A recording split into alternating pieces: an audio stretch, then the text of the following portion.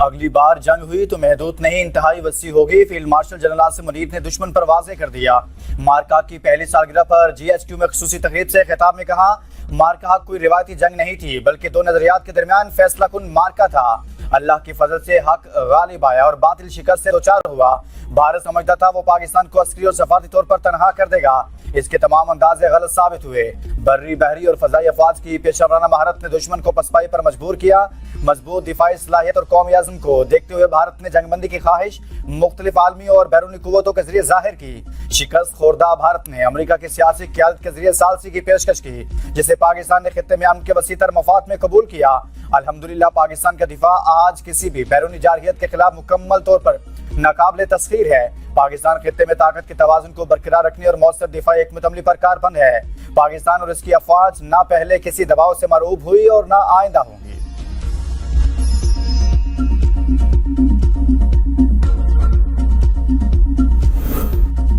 Field marshal نے بتایا کہ پاک فضائیہ کی قائدانہ حکمت عملی نے فضائی محاذ پر اہم کامیابیاں حاصل کی۔ پاک بحریہ نے سمندری حدود کی مکمل نگرانی اور دفاع کو یقینی بنایا۔ فتح میزائل سسٹم اور پاک فضائیہ کے شاہینوں نے دشمن کے 26 سے زائد اہم عسکری اہداف کو کامیابی سے نشانہ بنایا۔ جنگ میں بھارت کو شدید جانی اور مالی نقصان ہوا، اثر آنے والے وقتوں تک محسوس کیا جاتا رہے گا۔ افواج پاکستان کی ان صلاحیتوں نے یہ ثابت کیا، جب قوم متحد ہو تو کوئی طاقت اسے شکست نہیں دے سکتی۔ روایتی جنگیں ماضی کا حصہ بن رہی ہیں، مستقبل کی جنگیں ملٹی ڈومین آپریشنز پر مشتمل ہوں گی، جن میں cyber, electronic warfare, drone technology اور مصنوعی ذہانت کلیدی کردار ادا کریں گی۔ چیلنجز کے پیش نظر افواج پاکستان کو مزید جدید خطوط پر استوار کرنے کے لیے ڈیفنس فورسز ہیڈ کوارٹرز قائم کیا گیا۔ اسپیس پروگرام کو بھی وسعت دی جا رہی ہے۔ آرمی راکٹ فورس کمانڈ اور جدید ہتھیاروں کے اصول سمیت فتح میزائل سیریز اور نئے جنگی جہازوں کی شمولیت اسی دفاعی ویژن کا حصہ ہے۔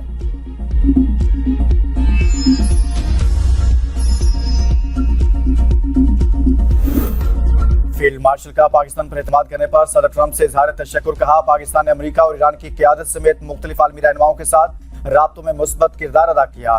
ٹرمپ نے ان مذاکراتی کوششوں میں پاکستان پر اعتماد کا اظہار کیا۔ گزشتہ سال کے دوران پاکستان کے قومی وقار میں نمایاں اضافہ ہوا۔ جو ممالک ماضی میں پاکستان پر اعتراضات کرتے تھے وہ آج اس کے قریبی شراکت داروں میں شامل ہیں۔ پاکستان نے اپنی سفارتی کوششوں کے ذریعے لبنان میں جنگ بندی کے عمل میں اہم کردار ادا کیا۔ فلسطین میں امن کے لیے بھی بھرپور حمایت جاری رکھی۔ ایک آزاد اور خود مختار ریاست کے قیام تک اپنی کوششیں جاری رکھیں گے۔ پاکستان کی ہر قومی داستان کشمیر کے ذکر کے بغیر نامکمل ہے۔ پاکستان ہر فورم پر کشمیری عوام کے حق خود ارادیت کے لیے آواز بلند کرتا رہے گا اور ان کی سیاسی، سفارتی اور اخلاقی حمایت جاری رکھے گا۔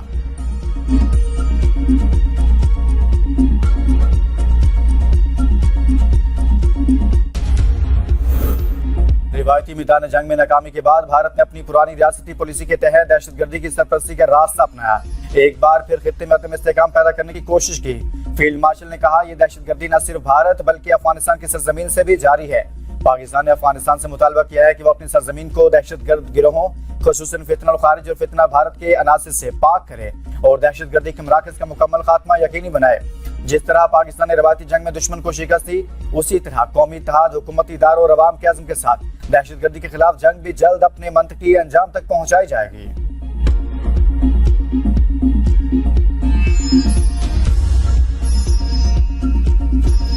مارکا حق کی فتح کا ایک سال مکمل، جی ایچ کیو راولپنڈی میں پروقار تقریب۔ Field marshal Syed Asim Munir, air chief marshal Zaheer Ahmed Babar Sidhu اور نیول چیف ایڈمرل نوید اشرف نے یادگار شہداء پر پھول رکھے۔ تینوں مسلح افواج کے چاقو چوبند دستوں نے chief of defence forces field marshal Syed Asim Munir کو سلامی دی۔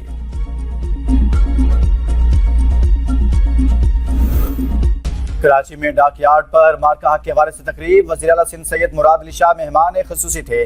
وائس ایڈمرل محمد فیصل عباسی نے تقریب سے خطاب میں کہا مارکا حق میں پاکستان کو تاریخی فتح نصیب ہوئی۔ افواج پاکستان نے اپنے سے کئی بڑے دشمن کو جارحیت کا منہ توڑ جواب دیا۔ پاکستان اپنی سلامتی اور دفاع پر کوئی سمجھوتا نہیں کرے گا۔ پاکستان نے سفارتی ذرائع سے کشیدگی کم کرنے میں کلیدی کردار ادا کیا۔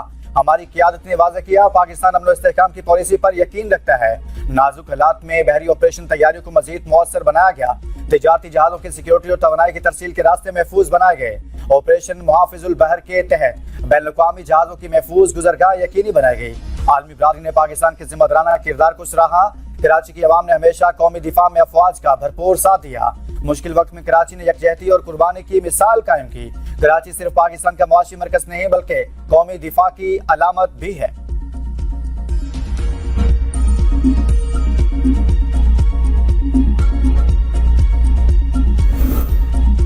مارکا کی تاریخی فتح کا 1 سال مکمل، خیبر سے کراچی اور لاہور سے گلگت تک قوم ایک ہو گئی، ملک بھر میں ریلیاں اور تقریبات جاری، صدر مملکت کا فیلڈ مارشل کو خراج تحسین، کہا پاکستانی قوم کو معروب کیا جا سکتا ہے نہ ہی جھکایا جا سکتا ہے، ہر جارحیت کا فوری اور مؤثر جواب دیا جائے گا، پاکستان ایک ذمہ دار اور ان پسند ریاست ہے، دشمن کی جارحیت کا بھرپور مگر متوازن جواب دے کر دنیا کو اپنی دفاعی صلاحیت کا پیغام دیا، کشمیر کا مسئلہ اقوام متحدہ کی قراردادوں کے مطابق حل ہونا چاہیے، وزیر اعظم شہباز شریف نے کہا پاکستان کا دفاع مضبوط ہاتھوں میں ہے، کوئی میلی آنکھ سے نہیں دیکھ سکتا، ہماری بہادر افواج نے دشمن کو عبرتناک شکست سے دوچار کیا، آزمائش کی گھڑی میں پاکستانی قوم سیسا پلائی دیوار بن گئی، امریکہ ایران تنازع میں پاکستان کا ثالثی کردار دنیا بھر میں سراہا گیا، پاکستان امن کے لیے کوششیں جاری رکھے گا، سابق وزیر اعظم راجہ پرویز اشرف نے کہا پاکستان خطے میں قیام امن کے لیے کوشاں ہے، کسی بھی جارحیت کا بھرپور جواب دیا جائے گا۔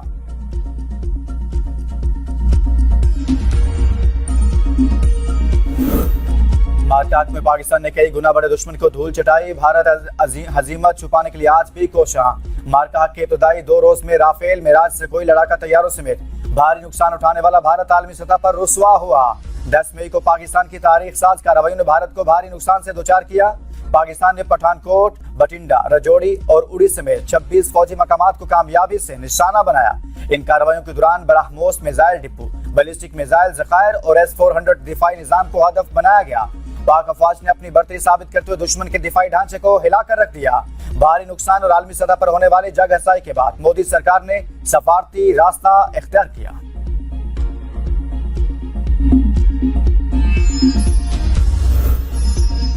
امریکہ ایران مذاکرات اگلے ہفتے اسلام آباد میں بحال ہو سکتے ہیں، امریکی اخبار وال اسٹریٹ جرنل کا دعویٰ، رپورٹ کے مطابق امریکہ اور ایران ثالثوں کے ساتھ ایک صفحے پر مشتمل دستاویز پر کام کر رہے ہیں، 14 نکات پر مشتمل مفاہمت کی یادداشت ایک تحریر ہوگی، یادداشت میں 1 ماہ پر مشتمل مذاکرات کے لیے ضوابط طے کیے جائیں گے، ڈرافٹ میں ایران کے ایٹمی پروگرام پر بات چیت بھی شامل ہے، آبنائے ہرمز کی کشیدگی، بحری راستوں کی سیکیورٹی مذاکرات کا اہم ایجنڈا ہو سکتی ہے، ایران افزودہ یورینیم جوہری سرگرمیوں پر بعض شرائط کے ساتھ لچک دکھانے پر غور کر رہا ہے، کئی اہم معاملات اب بھی حل طلب ہیں جن میں ایران پر عائد پابندیوں میں ممکنہ نرمی کی حد ایک بڑا اختلافی نقطہ بنی ہوئی ہے جو مذاکرات کی راہ میں رکاوٹ بن سکتی ہے، وفاقی وزیر طارق فضل چودھری کہتے ہیں امریکہ ایران جنگ بندی معاہدہ جلد پاکستان میں ہوگا، پاکستان کا امریکی اور ایرانی قیادت سے مسلسل رابطہ ہے۔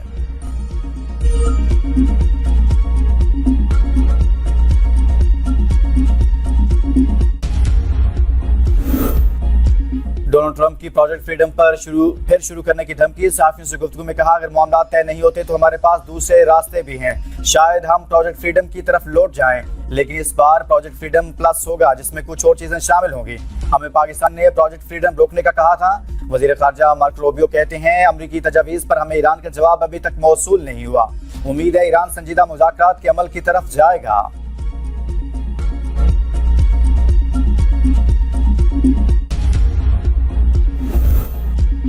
وزیر داخلہ اور نارکوٹکس کنٹرول محسن نقوی کی ڈھاکہ میں بنگلہ دیش کے وزیر مملکت برائے خارجہ امور شمع عبید اسلام سے ملاقات، دو طرفہ تعلقات، خطے کی صورتحال اور پاکستان کے مصالحتی کردار پر تفصیلی تبادلہ خیال، بنگلہ دیش کے وزیر مملکت برائے خارجہ نے ایران امریکہ تنازع کے حل کے لیے پاکستان کے مصالحتی کردار کو سراہا، تجارت و بزنس اور ثقافت کے شعبوں میں اشتراک بڑھانے پر اتفاق، بنگلہ دیش کے وزیر خارجہ کے پاکستان کے دورے کے حوالے سے بھی گفتگو، محسن نقوی نے کہا پاکستان میں سرمایہ کاری کے وسیع مواقع موجود ہیں۔